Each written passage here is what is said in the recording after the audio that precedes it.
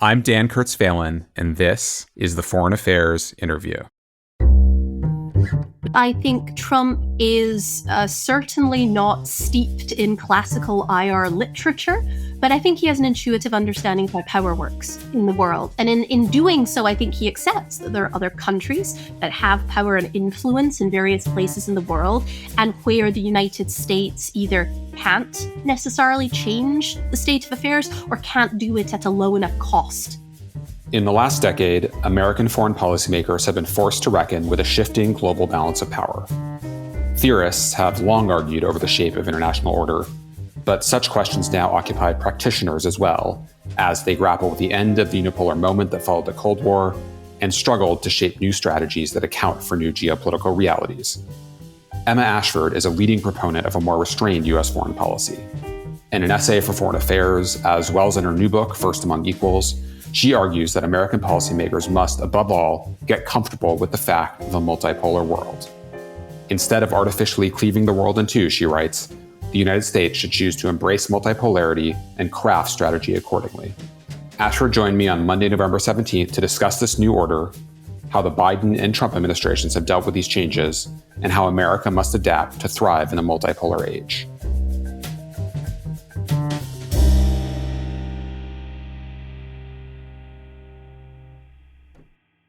Emma, thank you so much for doing this. Glad to be here.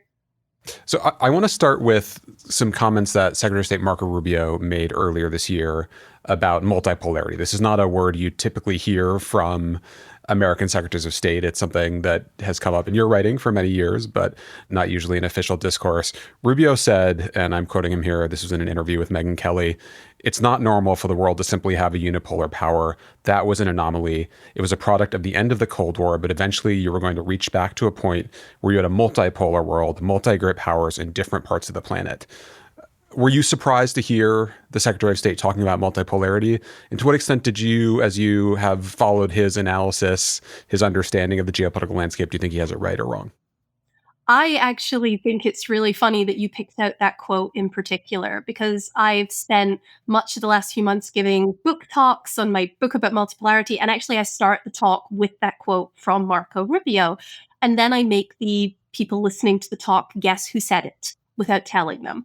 And the most common responses are that that quote was said by John Mearsheimer, Vladimir Putin, Xi Jinping. It comes up a lot. Almost no one ever gets it right. And I think that's because, as you suggest, it's a very strange thing to hear an American Secretary of State not just imply that unipolarity is over, but maybe imply that America's not the indispensable nation anymore, that we're entering a period of multipolarity. I do think that diagnosis is broadly correct, but the notion that American policymakers would accept it, that was the part to me that was very surprising.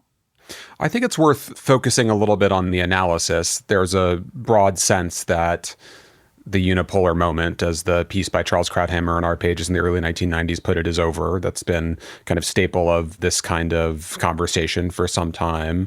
But when you look at some of the hard metrics of power, and you've noted this in your pieces, when you look at some of those metrics, it's not entirely clear that American power, whether it's measured as a percentage of GDP, a percentage of the global economy, or a percentage of overall military spending, whether it's really diminished that much.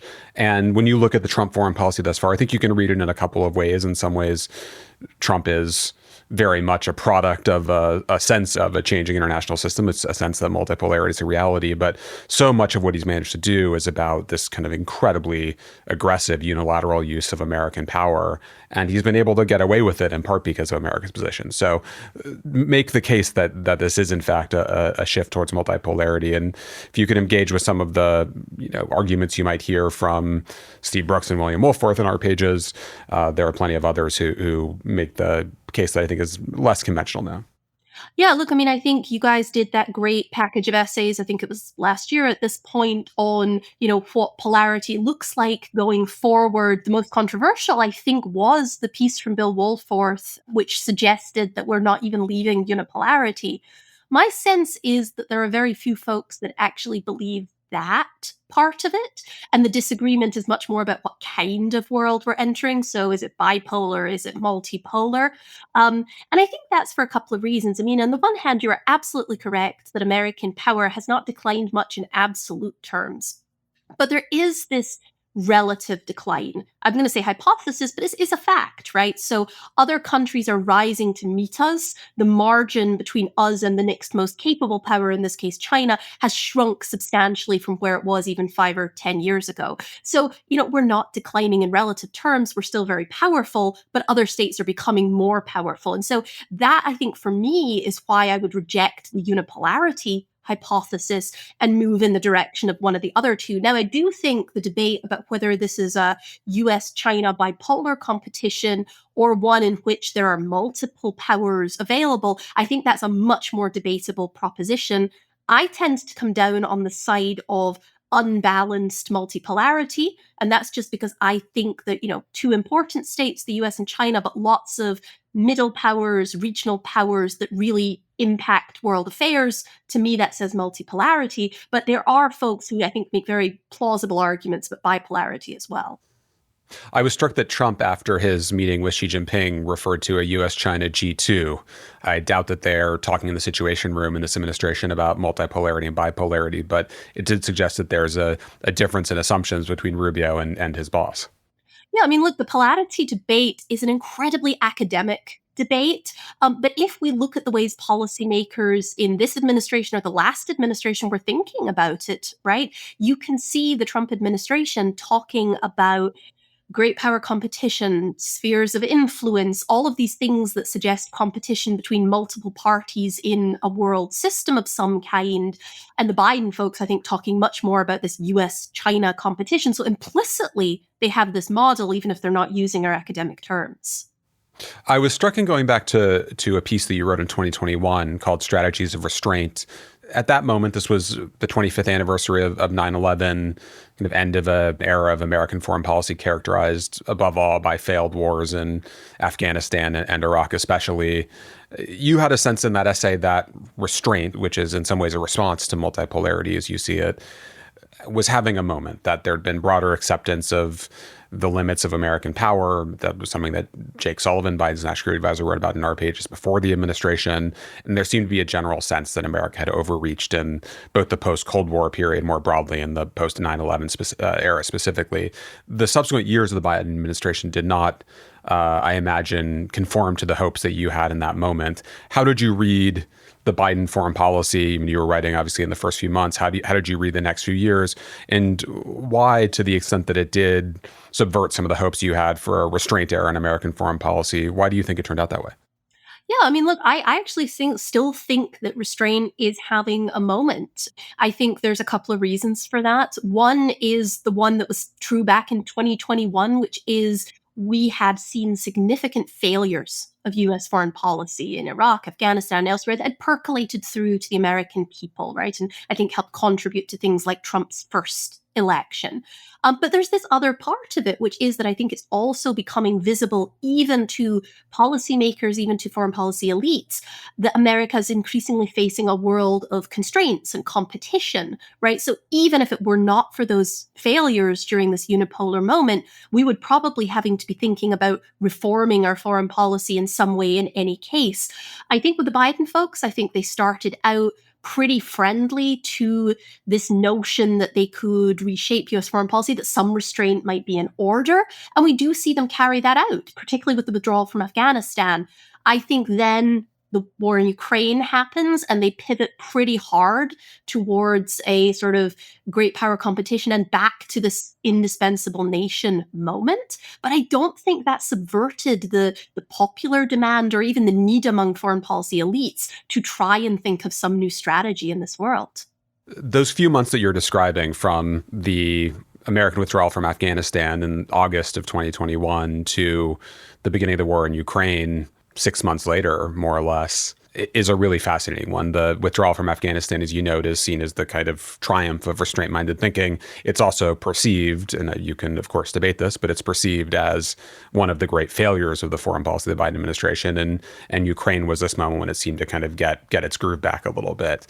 the political consequences of embracing restraint did not seem to be aligned with the analysis you're offering here, that there's this political demand for it. And Ukraine, for much of the subsequent 2 years, was quite popular as a policy and seen as a success.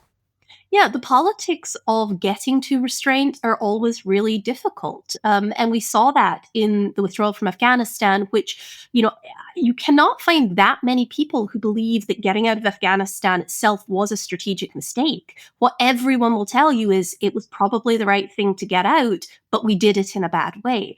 And so, whether or not that's an accurate diagnosis, I do think that there are political risks to a president who pulls back in any way from an existing commitment, because if something goes wrong, you are the one that is going to look bad.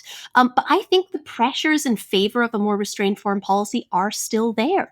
These days, it's less about the war on terror and it's more about other things. So if we consider Ukraine, you're right, it was very popular in the first year and a half that it was ongoing, but public support has declined pretty precipitously for further support and further spending when it comes to Ukraine. So the pressures are still there on politicians to take these steps, even if politically it's hard to do.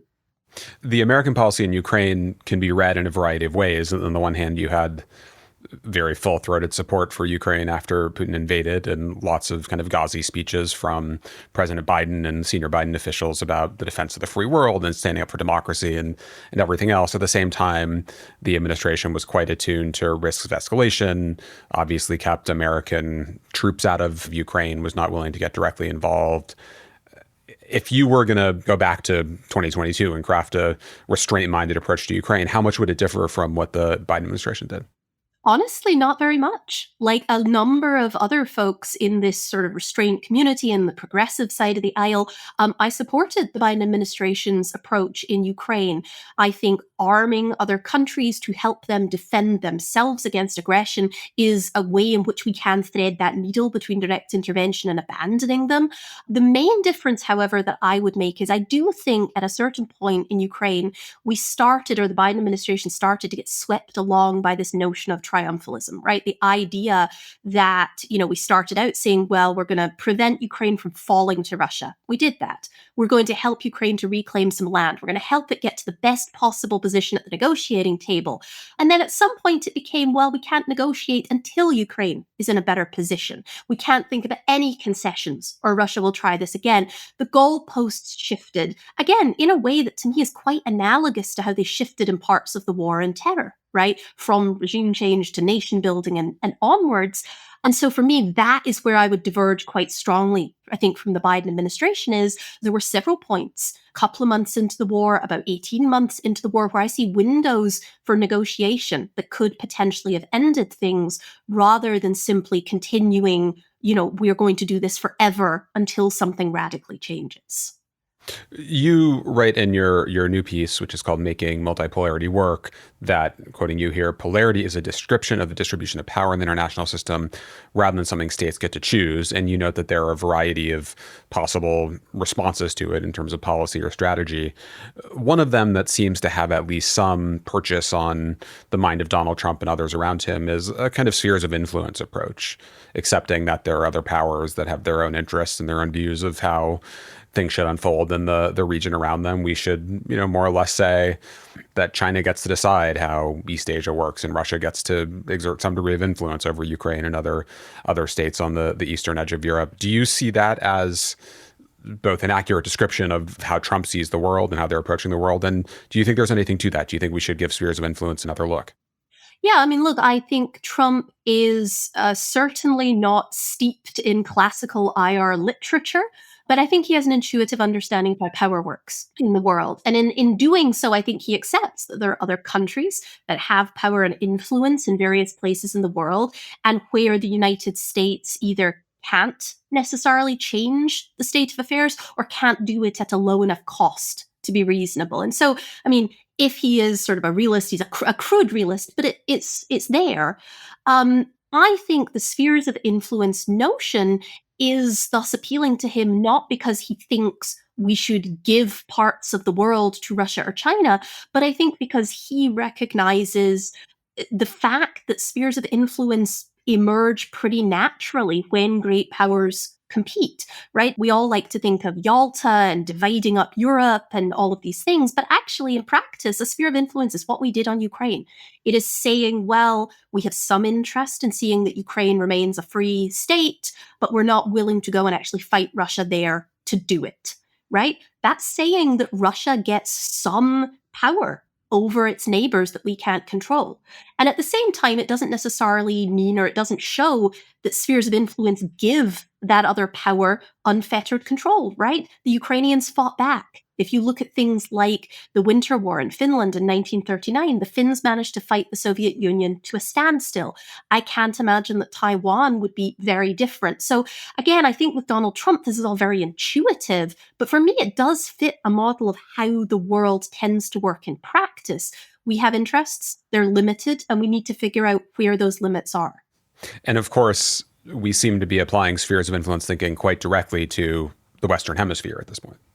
It's true. And the one place America has never declaimed the notion of spheres of influence is the Western Hemisphere, right? We've always said the Monroe Doctrine applied, even when presidents were sort of at the height of their post-Cold War, American democratic order speaking. They always said the Western Hemisphere was different, Latin America was different. And so, Donald Trump may be focusing on the region more explicitly, and he's certainly using military force more than some previous presidents. But even if you just look at his immediate predecessors, right? I mean, George W. Bush's administration was implicated in a coup in Venezuela. Bill Clinton invaded Haiti. So we've always had this sort of special status for the Western Hemisphere that says that we get more influence there than anyone else does.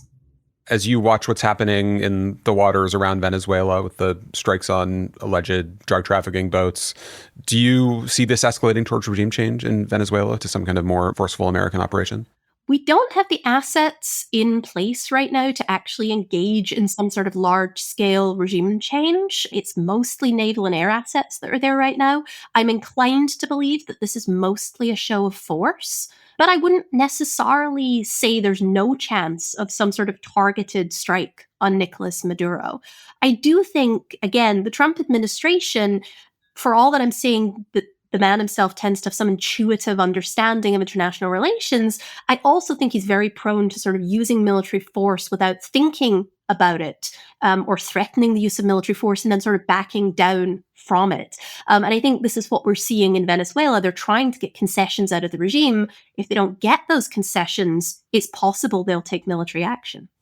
Although it would cut against the America First elements of Trump's foreign policy in pretty profound ways. You can just as easily imagine him declaring victory after dropping a few bombs on Venezuela airstrips or something, and then walking away and leaving it there, I suppose. Yeah, I mean, I think the strikes on Iran are just really telling in this case. We saw basically factions within the Republican Party, pushing for, well, now we're going for full regime change in Iran. And then the part that's more traditionally Trump's base saying, no, you shouldn't be bombing them at all. And Trump actually threaded the needle in the middle. He did very quick strikes and then backed straight off and said he was willing to open talks. So again, I don't think that he's going to be all in on regime change in Venezuela, but it is entirely possible we slide into something because he's willing to use military force in this way. Let me go back to the most recent piece you wrote, Making Multipolarity Work. You seem quite torn in that piece. On the one hand, as you watch American foreign policy in the first 10 months or so of the Trump administration, you appreciate the acceptance of this multipolar reality as you see it, and you see some moves in the right direction. But you also argue that there's a right response to that diagnosis and a wrong response. What would the right response be, and to what extent do you fear that the Trump foreign policy is hastening us toward a multipolar world in the wrong way, the way that you think will not be advantageous to U.S. interests? Yeah, I mean, so let me, I guess, make 3 points here, and maybe we can pick up on some of them a little more. So one is that I think the Biden administration had a strategy that was almost explicitly designed to reject multipolarity. That by the end of the term, they were actively engaged in this project of trying to stitch together an alliance of advanced industrial democracies on the one side and an axis of autocracies on the other to try and make this back into a more bipolar competition. And if you look at the essays written by folks like Kurt Campbell and Rush Doshi, in foreign affairs recently, you can see that kind of thinking. So I think that's incredibly problematic. When it comes to the Trump administration, right, I think they have a strategy that is better suited to multipolarity. And I see some, what I would consider to be very positive steps towards a strategy that is more effective in a multipolar world. And I'll point to just one area here, which is burden shifting, military burden shifting. So they've put a lot of pressure on European allies to spend more, to provide more capabilities, even on Asian allies. And they're talking about moving US forces around the world to prioritize Asia better. So for me, that seems like a much more rational approach to how we might go about dealing with a multipolar world. But the final point I'll make here is that I think this is not present across all areas of the Trump administration's policy making. And the area where they have been perhaps most problematic is in the economic space, where we're seeing economic pressure, not just the traditional even sanctions or export controls tool, but massive tariffs placed on friends and foes alike in ways that I think are very deleterious to US actual economic performance, and that also win us no friends, right? In a multipolar world, we have to be willing to not just work with other states, but offer them things so that they will work with us sometimes and vice versa. And what I see from the Trump administration is basically this very unilateral approach that sort of takes from the world where we can.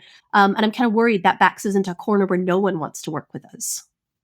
We'll be back after a short break. And now back to my conversation with Emma Ashford. If I go back to the Biden administration strategies and the way they've been articulated in foreign affairs and elsewhere, one of the assumptions is that there is not just the reality of growing Chinese power and the challenge that flows to America and its allies from that power, but also growing coordination, especially since the start of the war in Ukraine, between Russia and China. And then you throw Iran and North Korea, perhaps Venezuela into the mix, and a couple of others. And that, it's not exactly a new Cold War world, although some certainly describe it that way, but it does seem like you have growing coordination in whatever you want to call that axis, whether it's axis of upheaval, autocracies, or anything else. And then on the other hand, growing interest from not just traditional American allies, but also partners who are interested in growing security relationships with the United States, including new members of NATO, which certainly would have been a surprise if we'd predicted that 4 or 5 years ago. India, which until the recent spat with Donald Trump certainly was escalating its defense cooperation with the United States in striking ways. Other players in East Asia. There does seem to be something to that way of understanding the system. What do you think that gets wrong? I mean, both on the ally side, but also on that axis side. I actually think it's the same problem on both sides as a diagnosis, which is to say that there is a grain of truth to this. And in addition to sort of the US and others trying to build up more connections on, let's say, on critical minerals or something like that among democracies, we have seen Russia and China coming together, being pushed together, let's be honest, by the war in Ukraine and the sanctions fallout. But on both sides, what I'm also struck by is the limits of these partnerships. Right? We still see European states, even the Germans, they're having this active debate about how much they want to trade with China, right? While they're working with the US on security issues. The Indians, very much playing both sides, siding with the US on security, buying Russian oil. And then the same thing applies to this axis of whatever we're going to call it, right? Growing trade ties between Russia and China, but limits to not just the integration of this as a whole block, right? There's very strong ties between each member of this axis, but together they don't really come together. They're all bilateral relationships. And again, limits to it, right? Beijing doesn't want to buy that much more Russian oil because they fear being dependent. And I will tell you that people in Moscow do not like being a junior partner to Beijing. So on both sides, I see limits to how aligned these groups can be in a more multipolar world. If you are correct that there is less real substance to the bonds between the members of that axis, whatever we call it, what's the right American strategy for encouraging tensions, encouraging separation between them over time? Well, I mean, for a start off, it would be resisting pushing them together more, right? This has been an argument, I mean, since the start of the war in Ukraine, but actually a much longer running argument in the sanctions literature, right? Is if you push states like Iran or Venezuela out to the margins where the only states they can trade with or work with are other sanctioned autocracies, then you're necessarily forcing other states to basically build networks that maybe can get around your sanctions that you don't actually want. So, for one example here, the sanctions on Russia after Ukraine that have led to the creation of this shadow tanker fleet that is no longer insured or recorded in London and so cannot be sanctioned as easily. So now we may think that's a fair trade-off in exchange for the sanctions related to the war in Ukraine, but I think there's a number of other more marginal areas where we might start to think about ways that we could inject some friction into this. And I think Venezuela, given that we're talking about it a lot right now, is a perfect example. This administration's policy actually started with Rick Grenell going out, talking to the Maduro government about ways to get more Venezuelan oil back on the market, which would make sanctions against Russia more effective, etc. And instead, we appear to have pivoted back to regime change in Venezuela. But there's ways in which we can prevent these countries pooling together. And to me, that seems like a more effective approach than trying to sort of build up an alliance against them. You've surely spent a lot of time talking to officials in allied governments as they try to grapple with the consequences of this moment and navigate their own way forward. You noted that commitments, at least to spend more on defense, have been quite striking over the last several months, with NATO allies pledging to go up to 5%, although that's clever accounting. It's not entirely a reflection of true defense spending, but it is still fairly remarkable. And you see, as you noted, these increases in defense spending in East Asia, or at least commitments so far. Do you think the allies are handling this well? How do you kind of assess strategic discussions that are happening in allied capitals at this moment? I think we're seeing some of the same dynamics we saw under Trump 1, which is to say a refusal to quite believe that this is happening and a hope that if they just hold on long enough that America will snap back to the norm. Where I do see the big difference is that I think this is now not the entirety of the debate in allied capitals. I think there's a lot more awareness of the political currents, the different factions here in Washington, even within the administration, and the different ways that US foreign policy could go. And I think also what I see is a much more willingness from US allies to consider hedging against some of these shifts. So, back in 2017, 2018, when European states talked about burden shifting, they really genuinely had no fear that the US was going to pull back from Europe. I think now they are talking about contingency planning, and they are, I think, genuinely dialing up their spending and looking for ways to improve burden shifting, maybe not as far as I would like, but I do think that willingness is there. So whether it is the way the Trump administration has approached this, or I think, to be honest, the fact he got elected again at all that is driving this, I do think the Trump administration is getting a better response from allies to this time around. Do you anticipate that more allies or at least American partners will opt to acquire nuclear weapons of their own in the coming decade or two? And if so, would that be a good thing in terms of burden shifting? Look, I think this is one of the biggest concerns about a strategy of, additional burden sharing, like I talk about in the book. It's the fact that there are some states that are still relatively insecure, and that even if they build up their own defense, they may not be able to entirely defend themselves. What makes me fairly confident that this is not going to be a catastrophic explosion of proliferation is that the places where this is being discussed are relatively limited. They're mostly in friendly or mostly friendly states at the moment. And I think there are very few places, genuinely, South Korea, maybe Poland, where nuclear proliferation seems like an attractive option that doesn't have so many downsides. And even there, I think there are ways of ameliorating some of those concerns, right? In Poland, for example, the French and the German nuclear umbrella could be extended to cover other members of NATO and the European Union. I tend to think that would be a pretty credible nuclear umbrella because of the way these countries are stitched together economically and politically.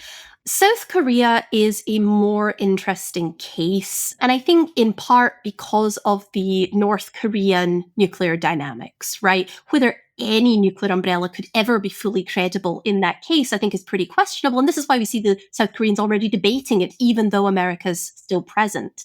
But again, I mean, outside of those cases, maybe Ukraine, right? I struggle to see the countries where they would be willing to take the hit of obtaining a nuclear weapon just to be a little more secure. And there's a lot that can be done in the conventional defense space. So I am still fairly willing to make that trade-off, a little nuclear proliferation in exchange for, if we're frank, in exchange for a lower risk of great power nuclear competition. To me, that seems like a fairly worthwhile trade-off.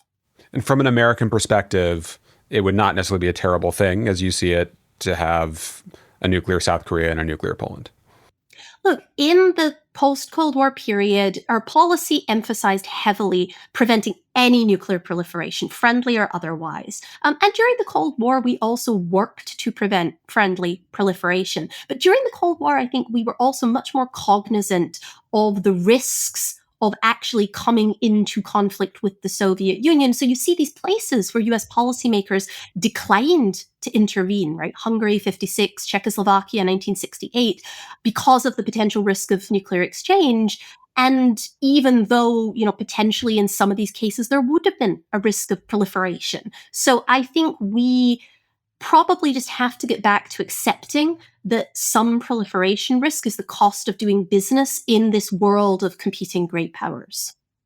One of the most striking arenas for burden shifting in the last 10 months has been Ukraine, where the Europeans have taken on a much greater role as American support has diminished, American support in a variety of ways. Early in this administration, there was a lot of talk from Europeans about pretty expansive security guarantees for Ukraine as part of the formula for ending the war. European troops on the ground in Ukraine were thought to be one possible component of that. You've argued against a European reassurance force of that kind being a meaningful part of this. How do you see the debate over security guarantees now? And as you look at the path to ending the war in Ukraine, do you see any other ways forward, given how both Trump's diplomacy and some of the European efforts seem to have not fundamentally changed the dynamic on the ground? I might be in favor of European security guarantees if I thought they would actually work, if I thought that a force existed that could do what the Europeans are promising, and it doesn't. And so what we've seen over the last almost a year at this point is European states making consistent promises that they will defend Ukraine, that they will send a force, that they will engage in ceasefire monitoring, that they'll provide tripwire forces. And then over time, those just getting walked back. The force won't be 200,000 troops, it'll be 40,000. No, it'll be 10,000. It will be placed on the Dnieper River. No, it'll be placed back by Lviv. And it basically turns out that European states have neither the capacity nor the willingness to send these forces. And instead, what this coalition of the willing has become is in many ways an impediment to peace. The idea that Ukraine cannot enter any kind of negotiation until an external guarantor of its own security appears. For me, and I think I've written this in Foreign Affairs and elsewhere, Ukraine is the only possible guarantor of its own security. Because what we have proven in the last 3 years is that there is no country that's willing to step up and actually fight in Ukraine. Plenty of countries willing to send arms, to send people, to do training, to send money. That's what we can promise. And that's what European states can commit. And so, again, I just think external security guarantees are a bit of a red herring here. And in some ways, they're a useful tool for those who don't want to move towards negotiations. My sense is that Trump himself and many people around him expected that their diplomacy with Vladimir Putin really would result in a ceasefire in Ukraine, that they would give him Crimea, give him de facto possession of eastern Ukraine, give him a few other concessions on security arrangements for Ukraine, and that would be enough to stop the war. They seem to have been a bit surprised that Putin did not take it. Do you see another path to a ceasefire, or if the kind of coalition of the willing approach is not the right one, what is the way of getting to peace? I applaud the Trump administration's willingness to sort of lean in on peace and negotiations and talking to everybody, right, to see what deal we could get, whether it's Hamas, whether it's Russia. I think that's really laudable. I think there's also common flaws across pretty much all of his peacemaking processes. And it is that he is very unaware of the details. and so are many of his key negotiators, particularly Steve Witkoff, that they are not willing to trust to process or to bring in experts, whether it's from the US government or elsewhere, and that they tend to focus very much on sort of the handshake agreement, we're going to stop the fighting now, and then lose interest. And I think for all of those reasons, it's somewhat understandable that Moscow has not been hugely receptive to these overtures, right? You have a Trump administration saying, well, we'll focus on territorial issues, but we won't talk about NATO accession for Ukraine. We won't talk about arms for Ukraine afterwards. We'll just talk about dividing the country. And I think the Russians don't know whether they can trust Trump, and they also correctly assess that a ceasefire is where he'll lose interest in all of this. And so they're trying to fight while they talk and see what more they can get from him. And to be honest, in Ukraine, as in some of these other peace negotiations, right, I think there's still plenty of prospects for getting to a deal, but it would require this administration to actually change its mode of operation. I'm a little skeptical that they're going to do that. And what would that deal look like? I think the contours of a deal in Ukraine have actually been clear since, let's say May 2022, right? It would be some de facto division of territory with monitoring along a line of control. It would be a Ukraine that can mostly arm itself with some key restrictions, probably on long-range strikes. It would probably involve some commitment for Ukraine not to join NATO, but the Russians have suggested that, European Union accession being tied into European markets is acceptable. And it would probably involve, if we're frank, the seizure of those Russian assets, legally in this case, in order to pay some reparations to Ukraine, and then the Russians would call it something different. But again, all of those parts of this deal have been very visible for a long time now. And really what the fighting is over now is, where the exact line of control will fall. And I think more importantly, can you actually trust, secure, monitor that ceasefire? Who can actually make this come together? And I think that's where we keep falling down. It doesn't seem at this moment that either Russia or Ukraine is particularly interested in that deal, though. I think the Ukrainians are aware that they're losing and that they're going to come out of this worse off. I think that's really unfortunate because there were times when they were in better negotiating positions. I think the Russians are, not insensible to the fact that they're suffering, economic problems, that this can't go on forever. But I also think they assess that there are maybe years, certainly months, before those things become such a significant problem that they have to seriously consider peace. So for them, continuing to fight while seeing what comes of this, again, I don't agree with it. I think they probably would do better to settle, but I can see why they come to that conclusion. Let me turn to China, which we've talked about a couple of times, but is in some ways the biggest and most challenging topic in this set of questions. You noted in your earlier piece that for the restrainer crowd, China has been a source of some disagreement, that there are different kinds of approaches that you hear from some of the major figures in that crowd. You have acknowledged that competition with China is a reality of American foreign policy and the international system at this point. Is there a way to prioritize competition that doesn't fall into the errors of the Biden administration, in your view? What's the right way of crafting that strategy, given the realities of the challenges to U.S. interests?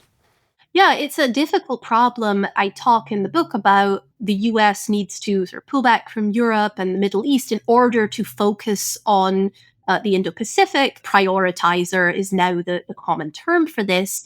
But one of the problems with that approach and one of the risks of that approach is that you lean in too far in the Indo-Pacific. And in particular, you flood the zone with troops and ships and air patrols, and you end up accidentally stumbling into a conflict with China. And so, I think the Biden administration never made it quite that far, but we can see moments where they started to worry that their policies, I think particularly some of the export controls, had become so sort of draconian that they were prompting a response from Beijing, and there were concerns that tensions were getting a little bit out of control. I think particularly we all laughed about the incidents with the spy balloons, but you can see after that, I think, an attempt to sort of calm tensions with China from the administration.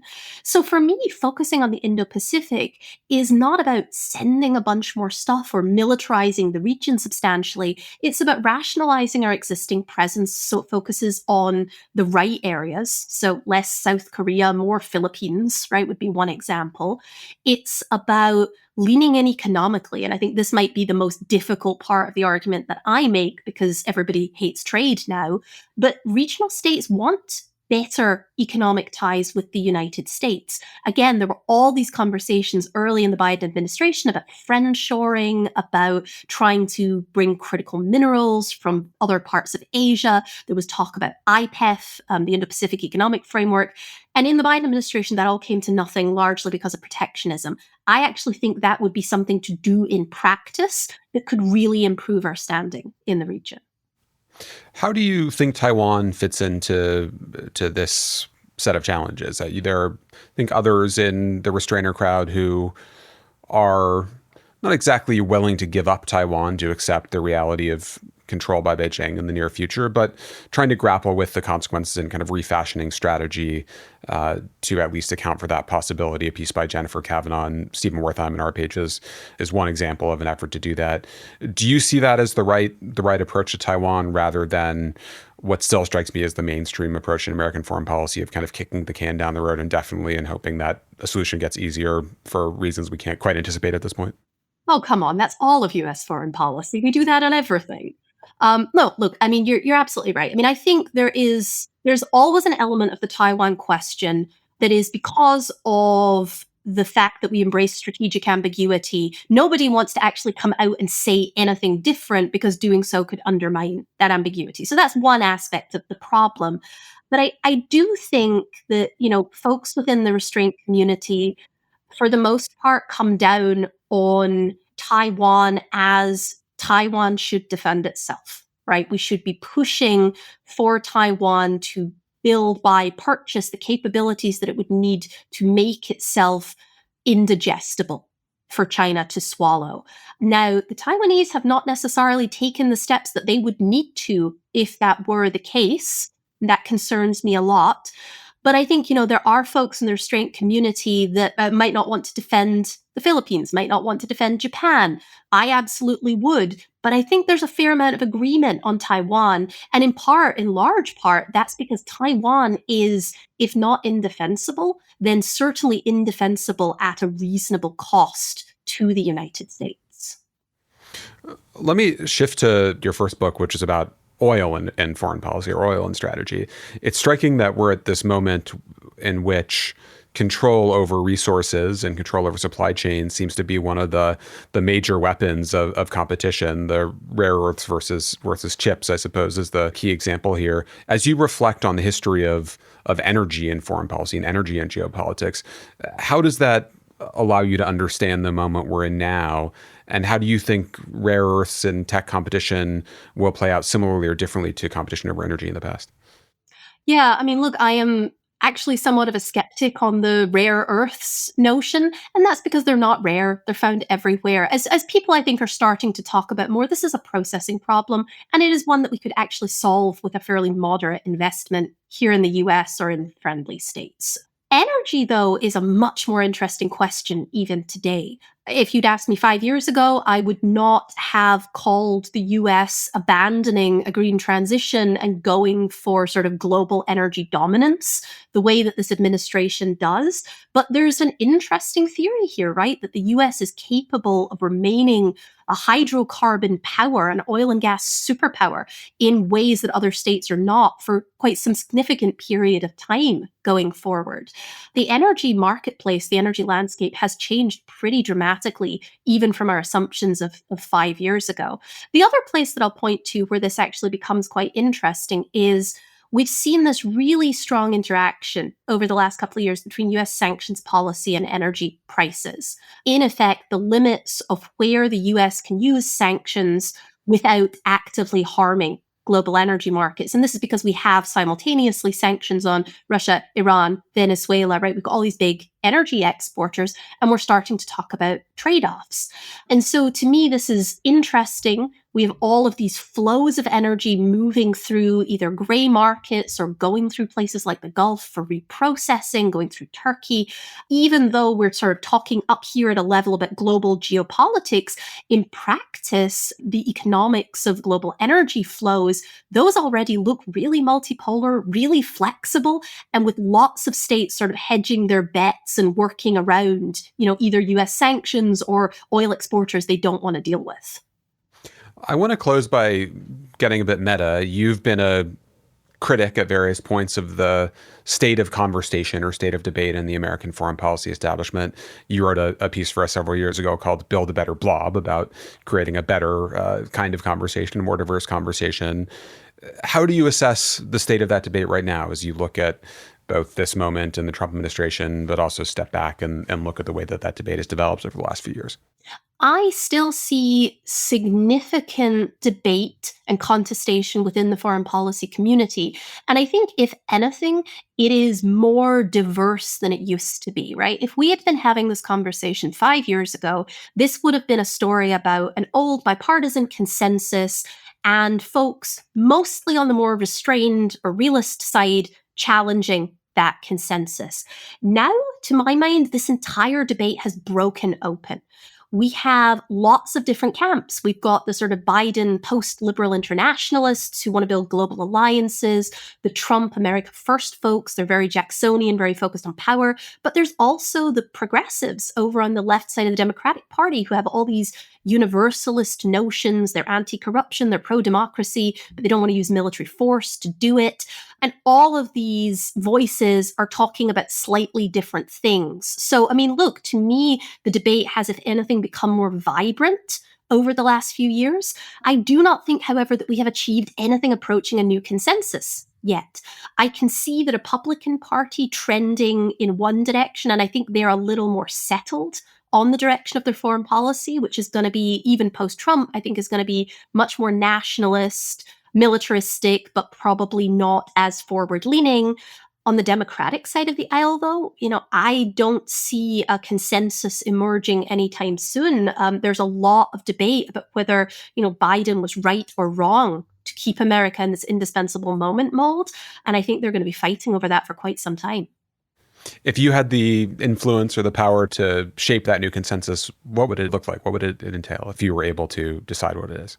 The argument that I make in the back half of my new book is for something I ended up calling it realist internationalism, but for a, again, more restrained, but more realist approach. So do less in Europe, do less in the Middle East, lean in a bit in the Indo-Pacific, lean in economically. But, importantly, policymakers need to start thinking about interests in a much narrower way, right? So focusing very much on American security, American prosperity, rather than necessarily saying it's all about alliances, it's all about protecting everybody in the world. We need to get more narrowly focused. And that sounds a little bit like America First in the Trump administration to me. In some areas, I would definitely agree that it is. I think the Democrats also need to move in that direction because I think, they're certainly not going to embrace, a bunch of migration restrictions. They're not going to become nationalists. But I do think that even the Democratic electorate wants a foreign policy that works for Americans. If you remember that report the Carnegie Endowment put out before the Biden administration, Foreign Policy for the Middle Class with Jake Sullivan, this is, I think, what the American public wants. And so I think a stable new consensus would be a more interests-driven, pragmatic, nationalist foreign policy. Whether I get it or not, I think that's anyone's guess. It does make me think back to a piece that Rebecca Lissner and Mira Rapp-Hooper wrote in our pages 6 or so months ago, making the case for what they called a zero-based foreign policy. They were both relatively senior officials in the Biden administration, and I think would probably themselves fall into the post-liberal internationalist camp that you were describing. But they argue in that piece that we should go back policy area by policy area and really scrutinize to what extent existing policies in fact align with American interests or not. If you were going to zero out 2 or 3 major elements of policy, what would those be? Yeah, no, I mean, I think they're absolutely right because I think the Trump administration, I mean, clearly they like to destroy things. They do not so much like to build new things. So whatever the next administration is, whether it's a Vance or an AOC presidency, they're going to have a lot of scope to reinvent things. I mean, look, for me, I think the most important things policymakers could focus on right now are burden shifting, particularly in Europe. I think that's going to take time if it's done well. It's going to take 10 to 15 years. We should have started 10 years ago. We need to start now. So for me, that's a really important one. And does that mean all American troops out, that we're still part of NATO? What does that look like? What is the ideal outcome of burden shifting? Yeah, so I would advocate for a phased program of transition over 10 to 15 years where we start by removing the most easily replaceable things, that's, infantry, mechanized divisions, that kind of stuff, and we end up, 12 to 15 years out talking about removing long-range strikes. But the end result would be an America that's still in NATO, but NATO is fundamentally Europeanized in the forces that are actually on the ground for deterrence and fighting. And I think that's a sustainable policy because I think European states can do it if they're given the incentive. So that's one area where I would really prioritize. And then the other one that we've talked about a little bit already, but is on the economic side. I mean, to some extent, if we're talking about what the next administration would do in 3 years, it's not really helpful for me to say, stop antagonizing everybody and destroying the global trading system right now. But I do genuinely worry about the damage that is being done there. If by the end of this administration, we are living in a tariff-first world where there are no sort of default free trade mechanisms between states, I think that would be a really bad outcome for us. And, a new administration would have to think about how you build new institutions for economic engagement. That would be extremely difficult. Emma, thank you so much for doing this. Your most recent piece is called Making Multipolarity Work. It draws from the book that you published recently called First Among Equals, and that follows on a series of fascinating pieces you've done for foreign affairs over the past few years. So thank you for all of those. No, thanks again for giving me the opportunity.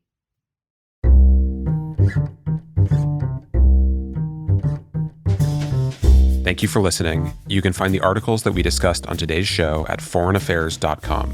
This episode of the Foreign Affairs Interview was produced by Ashley Wood, Ben Metzner, and Kanish Tharoor. Our audio engineer is Todd Yeager. Original music is by Robin Hilton. Special thanks as well to Arena Hogan.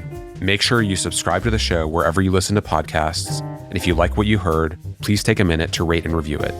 We release a new show every Thursday. Thanks again for tuning in.